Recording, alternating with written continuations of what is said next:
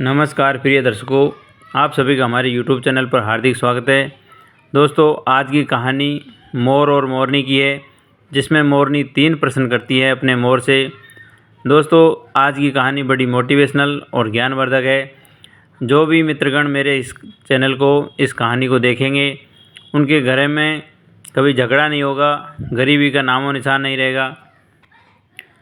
प्रिय दर्शकों, इस कहानी को जो भी दोस्त मित्रगण देखेंगे वो कभी जीवन में धोखा नहीं खाएंगे, कभी जीवन में असफल नहीं होंगे। प्रिय दर्शकों, मोरनी अपने मोर से 3 सवाल पूछती है।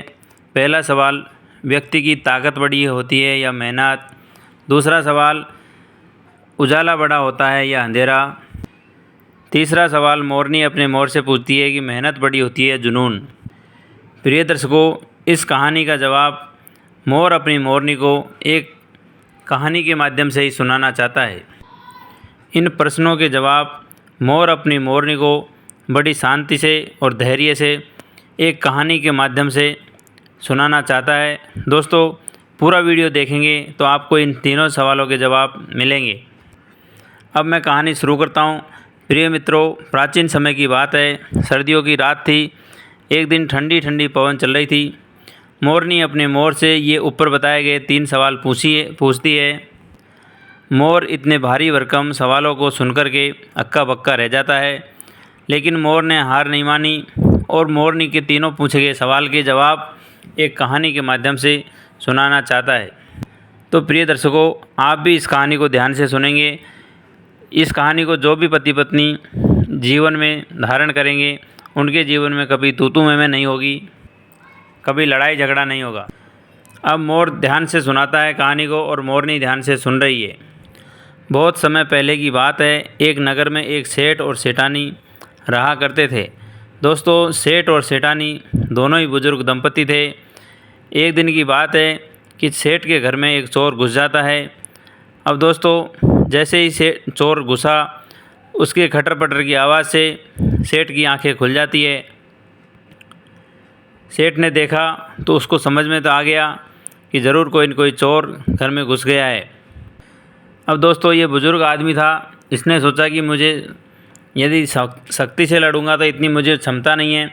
मैं कोई न कोई जुगाड़ लगाता हूँ, कोई दिमाग लड़ाता हूँ, कोई युक्ति सोचता हूँ कि कैसे इन चोरों को यहाँ से भगाया जाए और कैसे इन चोरों को यहाँ पकड़ा जाए।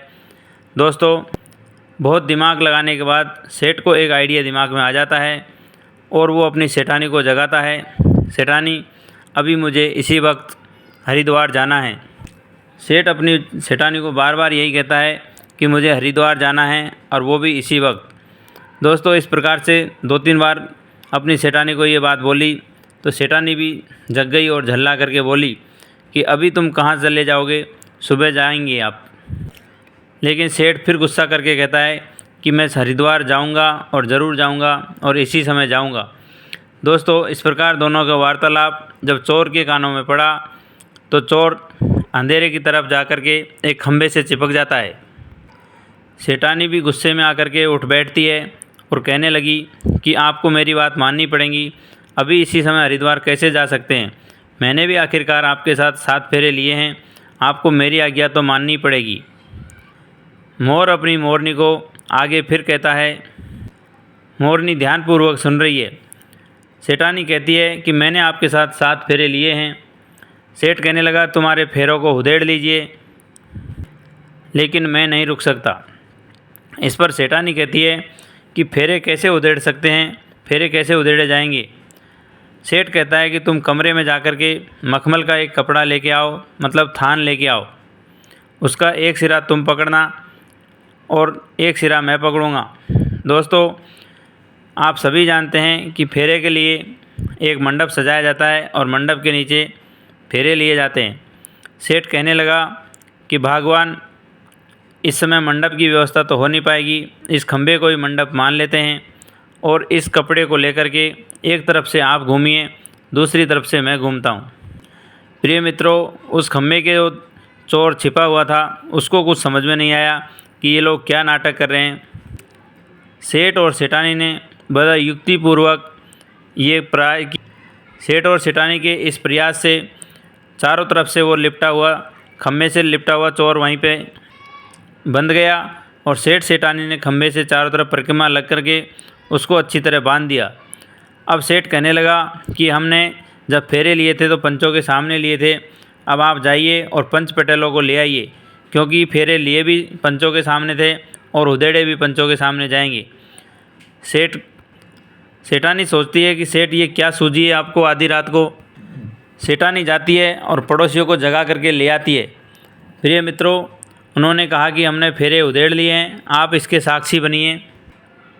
उधर गांव के कुछ पंच पटेल आते हैं और उन्होंने देखा कि एक बलिष्ठ अर्थात हष्टपुष्ट चोर, जिसको सेठ और सेठानी ने आसानी से पकड़ लिया है और खम्भे से बांध दिया है। अब मोर अपनी मोरनी से कहता है कि प्राण प्रिय, आपको तीनों सवालों के जवाब मिले या नहीं मिले। इस पर मोरनी कहती है कि मुझे आपके सवालों का जवाब अभी नहीं मिला है, आप कृपया करके स्पष्ट करके बताइए। दोस्तों, मोर अपनी मोरनी से कहता है कि पहला सवाल कि ताकत बड़ा या दिमाग। तो दोस्तों, सेठ मोर कहने लगा कि भगवान, ताकत बड़ी नहीं होती है, दिमाग बड़ा होता है। यदि मैं दिमाग नहीं लगाता तो ये चोर आज किसी भी हालत में मेरे से बंध नहीं पाते। दूसरा सवाल, रात बड़ा होता है या दिन। इस पर मोर कहता है कि दिन से बड़ी रात होती है, क्योंकि दिन में हमारे द्वारा जो थकान होती है हमें उसका आनंद मिलता है सोने के बाद।